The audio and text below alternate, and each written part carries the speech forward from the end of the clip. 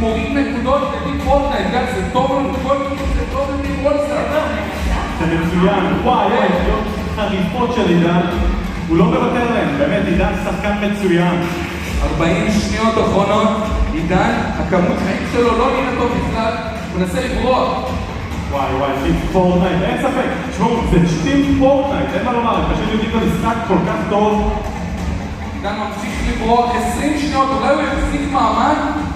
יש מצב? אוי לא. הוא חוטף הרבה לראש. אוי לא.